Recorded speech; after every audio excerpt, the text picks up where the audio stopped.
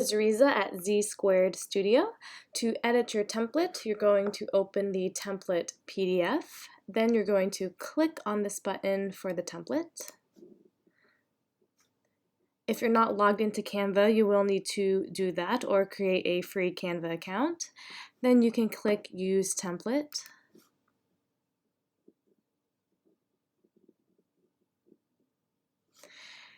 And here's your template. You can move these around if you need to. If you messed up, you can just press this undo button. If you really want to, you could like turn them however you want. Or you can even copy paste. Let's see. Here it is. You can just like create more if you want. Like move them around. Notice how there's a white background. You can just send it to back, and then now it's behind everything.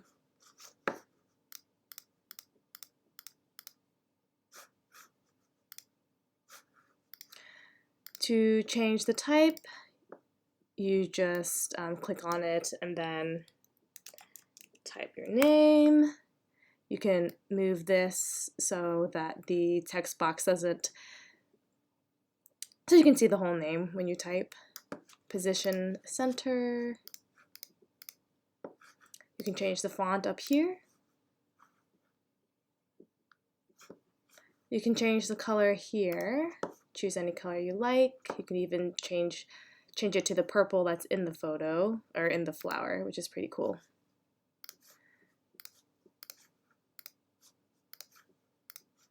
If you want to add your last name,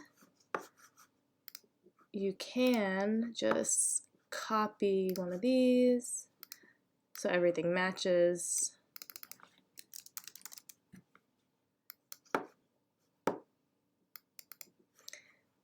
You can use this to increase the font, or you can use the corner.